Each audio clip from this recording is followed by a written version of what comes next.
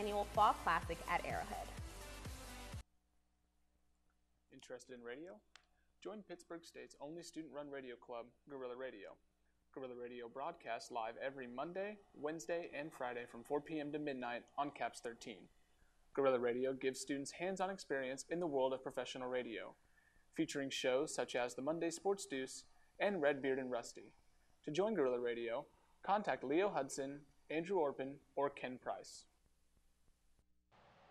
Welcome back. On October the 10th, the 14th annual Breast Cancer Candlelight was held at Pittsburgh State University Lake. Every pink ribbon tells a story, and on this night, brave women spoke of their triumphs. The evening closed with the lighting of the candles and group readings of the benediction. This event was made possible through efforts of Early Detection Works Program, Crawford County Health Department, and Susan G. Komen for the Cure. With constantly new and emerging technologies, it seems as though the world is more interconnected than ever before. This week in Fashion Forward, Kayla Williams takes a look at trends overseas and how they are shaping the fashion trends right here in Southeast Kansas.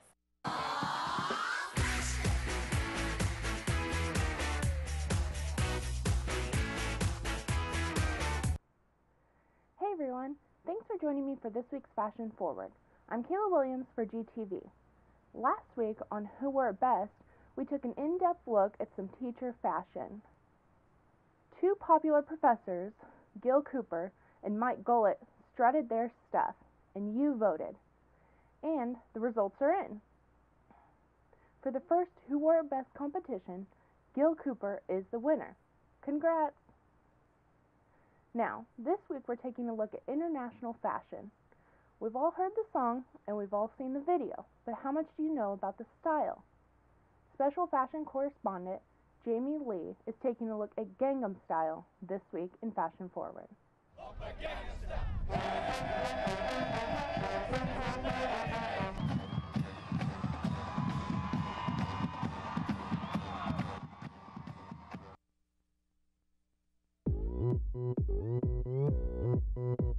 Hope you enjoyed the PSU marching band's Gangnam Style last Saturday. Hello, I'm Jamie Lee for Fashion Forward, and today here I am with the fashion stories across the Pacific. Yes, I will share Gangnam's fashion style with you. Let's take a look at how PSU's Korean students on campus describe Gangnam. Hot girls, fashionable, wealthy, high class, and money. Club?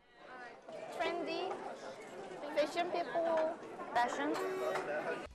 Gangnam is a representative wealthy district of Seoul, and at the same time, Korea's standard for fashion and beauty. In an interview, Psy compares Gangnam to Beverly Hills in the United States. Gangnam holds its own fashion show annually since 2007, and just last week, Gangnam Fashion Festival 2012 was held.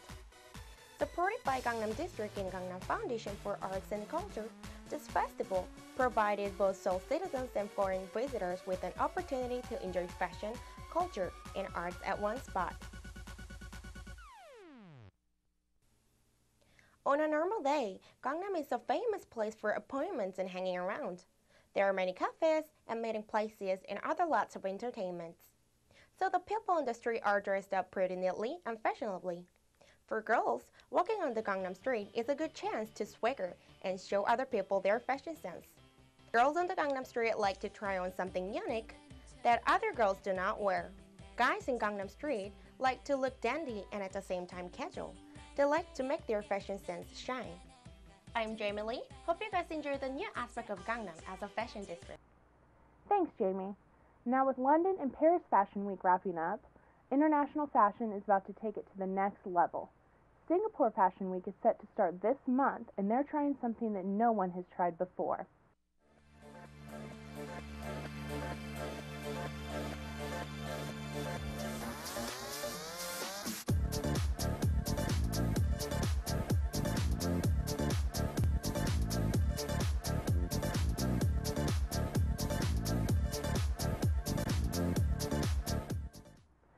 Unlike any fashion week we've seen before, Singapore Fashion Week will stream online for free all across the world. And at the same time that you're watching the fashion walk down the runway, you can buy the fashion online. It's a completely shoppable experience. That wraps up this week's Fashion Forward. For GTV, I'm Kayla Williams. So, have you seen the Gangnam Style video yet? Just recently, I actually watched it for the first time. Yeah, it's a pretty interesting stuff there, sweeping the nation. Coming up in sports, we'll preview the Fall Classic at Arrowhead. And Trent Johnson will tell us all about how the use of text messaging has led to increased safety at football games. When we waste what little precious resources we have, we're only hurting ourselves and our planet. So to make sure that all living things on this earth endure, we have to utilize our resources carefully. Join the sustainability movement. Visit www.epa.gov/sustainability/basic-info to learn more about sustainability. Good afternoon, folks. With your GTV Sports Update, I'm Trent Johnson. The Pitt State volleyball team earned a 3-game sweep over the Drury Panthers Wednesday, October 10th. The Gorillas won all 3 sets by scores of 25-12, 25-17, and 25-17 respectively. In offense, the Gorillas hit a .427 percentage for the night's contest, with 5 players recording kills of hit over 400. Rockhold and Witten once again led the team with 10 kills each, while Becca Pearson led the team in assists with 19 total. Senior Brooke Fay had 4 solo blocks and 2 block assists, while freshman Crystal Witten earned 3 blocks as well. Haley Gregory earned 2, while Leach Flynn and Rockhold each had 1 respectively. The game fell on the annual Gorillas Block Breast Cancer Night, where the team partners with Angels Among Us, Via Christi Cancer Center, and Jock Snitch.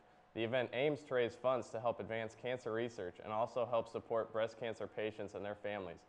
The women's basketball team collected donations from their fans. Each block the team made throughout the 3 matches played. Also, the first 50 fans who entered got a free breast cancer awareness t-shirt. The team collected over $290 when it was all said and done. Next up for the Gorillas is an MIAA conference matchup against Northwest Missouri State University. The Gorillas face off against the Bearcats October 14th in Maryville, Missouri. The Gorillas finally faced a little adversity in their past football game, winning a tightly contested matchup against a key MIAA opponent in Central Missouri. The Mules came in 4-1 with a lot of hype after defeating the Gorillas' biggest rival, Northwest Missouri State. The stage was set, and the Gorillas answered all of their critics with a resounding fourth-quarter comeback after trailing by as many as 4 points. Early on, fans saw Pitt State sprint out to a 14-point lead in the first half, but UCM rallied and came back strong in the second and third quarters, securing the lead off a Mules' Coulter Smith touchdown run. The Gorillas snagged the lead back in the fourth quarter, however, after 2 touchdown passes from Anthony Abinoa. The Gorillas led 30-21. The Mules tried desperately to get the ball down the field but failed due to numerous penalties throughout their last drive. Next up for the Gorillas is their epic clash with MIAA rival Northwest Missouri State at the annual Fall Classic. Be sure to grab your tickets now and head on down to Kansas City, Missouri to see the top-ranked Gorillas face off against the number 8 ranked Bearcats. Pitt State fans have likely noticed a host of measures the Gorillas are taking to keep game days a safe and enjoyable experience. In this week's sports feature, we take a look at a new initiative that involves text messaging. Most people go to watch the Gorilla football team play on Saturdays, but Mike McCracken, director of University Police, is actually there to watch the fans. New this season at Carney Smith Stadium is a system put into place to ensure a better environment for all attendees. What this is an emergency text messaging system, and it's actually a fan assistance system that allows fans to the football game to have a way to reach emergency help or any other assistance that they might need by using text messaging on their cell phone. This is an easy way when they can't find someone, if they're looking for an usher or an officer and they can't find one, it's been a lot easier for them to just send the text message and then we can send an officer to them instead of them having to go out and find someone. McCracken says that so far the system has been very effective in receiving around 4 to 5 text messages per game. The text can range from anything such as foul language, reported alcohol use in the stands, or persons who cannot find a member of their group. This new system has been passed down from higher divisions of athletics. There's a lot of other venues, both on the professional scale and the college scale, that have implemented not only the same exact system but other similar systems, and it's something that as we grow here we just like to try and keep up with technology and use everything we can to try and make the best day that we can for the visitors. This is only one of multiple changes the university has put into action this football season. Earlier in the year, Pittsburg State implemented a new tailgate policy to ensure a better game day environment and atmosphere to shore up safety concerns. Hopefully it'll just make the game day experience better for everyone that comes to a game and make them feel more safe. There's a way that they can contact us if they need to. That's all for this week's GTV Sports Update. Next week, we'll have a full breakdown of all Saturday's festivities at Arrowhead as the Gorillas play the Northwest Missouri State Bearcats in the 11th Annual Fall Classic. Coming up next, another installment of Javon versus as he attempts to take down his latest challenge. Keep it right here.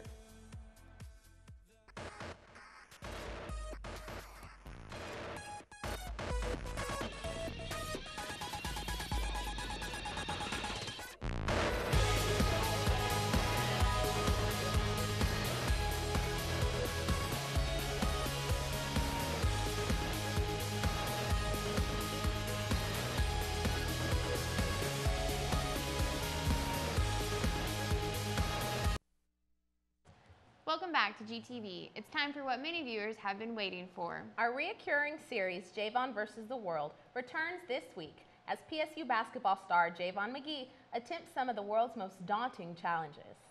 Last time, Javon set a new PSU Oval record for hot dogs eaten in 1 minute. This week, he's going to take on a challenge that's near impossible to accomplish. Javon is not a professional competitive eater, but plans to be one day. Don't try these stunts at home. It isn't recommended. Welcome back to this week's episode of Javon versus the World. This week, I will be trying to drink a gallon of milk in 1 hour. And within that 1 hour, I will try to keep all of my milk down without vomiting.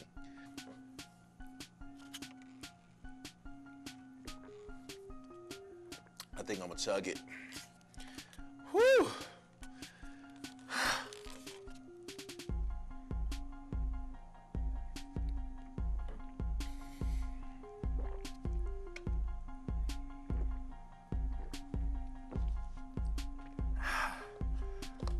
Cow fact number 1. Cows do not sweat. Therefore, they have to drink a lot of water. On average, a cow drinks about a bathtub of water every day.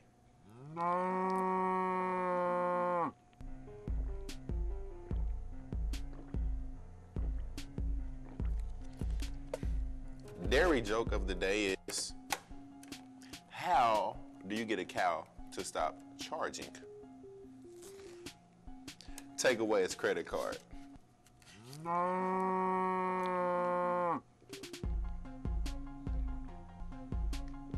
Yep. Starting to get to me. My stomach feels a little full.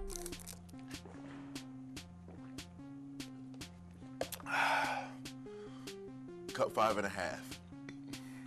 I'm pretty full. I have to go to the bathroom really bad. I just have to go do the number 1. How else am I feeling right now? Besides cold and having to go pee, other than that, I'm feeling good. I'm feeling good. I think I honestly can make it.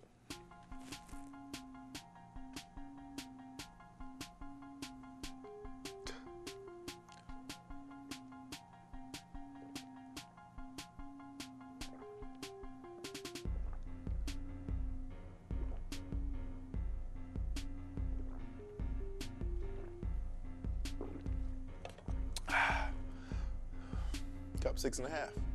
We're down. Fans, it was fun. But I just don't think I can continue on. Deepest fear is not that we are inadequate. Our deepest fear is that we are powerful beyond measure. Well, I guess that makes Javon 1 for 2 of the year. 1 gallon of milk in an hour seems a bit too much to handle. I'm already anxious to see what he's going to go up against in a few weeks. Well, that does it for this week's edition of GTV.